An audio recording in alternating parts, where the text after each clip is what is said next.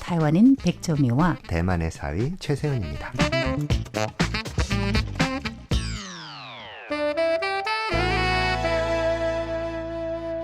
안녕하세요. 대베 토크 최세훈. 백점입니다. 타이완의 국제적인 정치 현실, 최 교수님께서 타이완에 오래 사셨으니까 느끼시고 계신가요? 피부에 와 닿나요?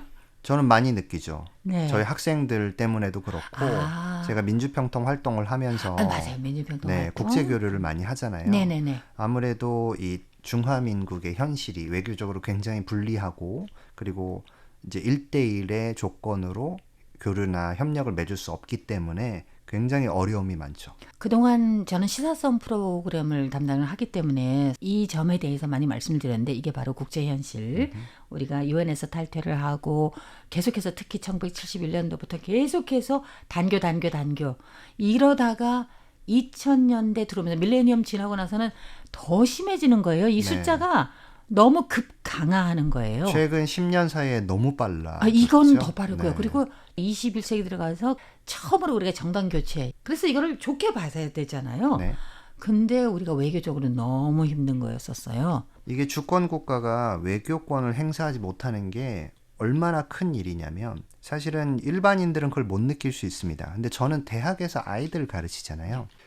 사실은 한 사람이 태어나서 교육을 받고 성장하여서 이제 드디어 사회 무대로 나가고 국제사회에서 하나의 어떤 능력 있는 사람으로서 자기의 역량을 펼쳐나가야 될 때가 네. 대학 졸업할 때잖아요. 네네네. 근데 문제는 대학을 졸업할 때쯤 되면 대만이 외교권이 약하다는 것을 몸소 체험하게 됩니다.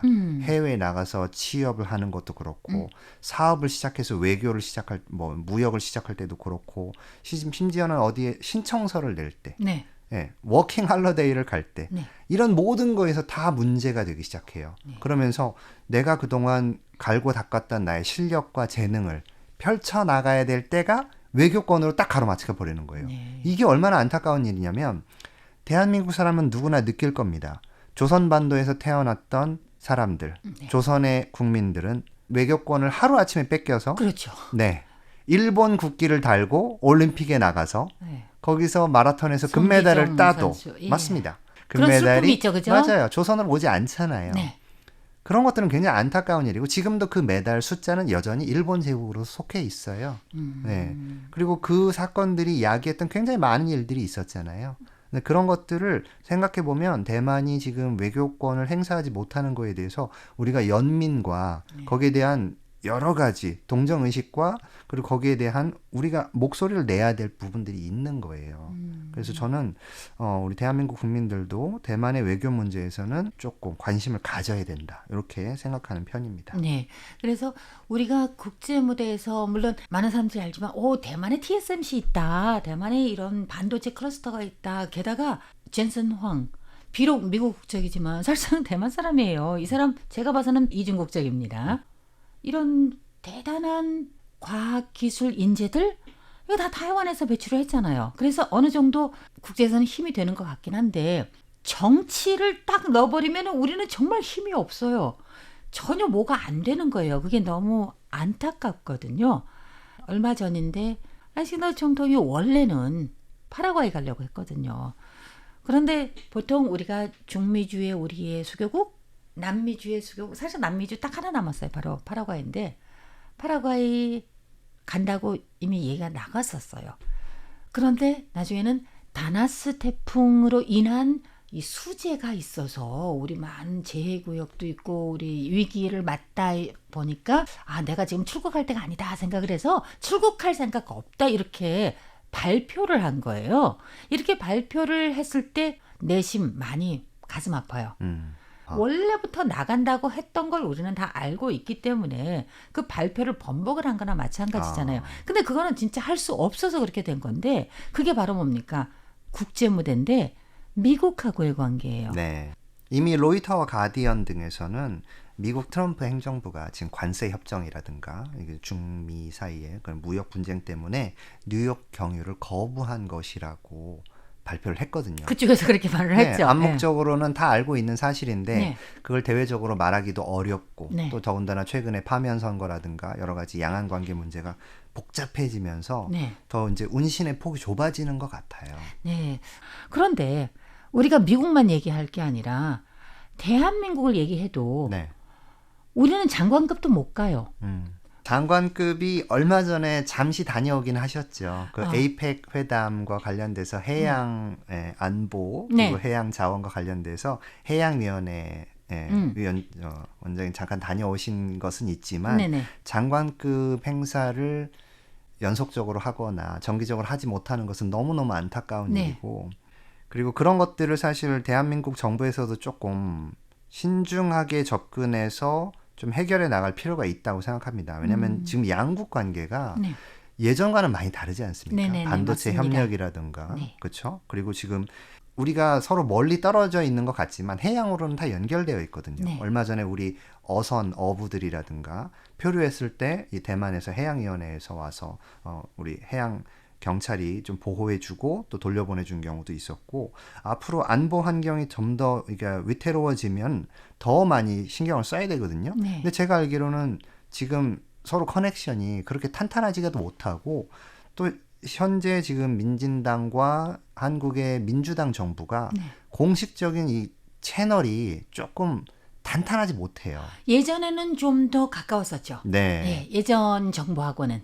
네, 그렇죠. 그러다 보니까 서로 간에 이제 이야기 채널들도 많았었는데 네. 앞으로 이런 것들은 민주당 정부가 좀 더 신경 써서 관리를 해야 될 부분이라고 저는 생각을 합니다. 그러니까 정치적으로는 좀 어려움을 겪는 것 같아요. 네. 그래서 저는 그게 좀 안타깝다고 생각을 하고. 사실 그 이제 대한민국의 민주당 정부가 이 대만의 민진당 정부와 교류가 잘 안 되는 문제는 네.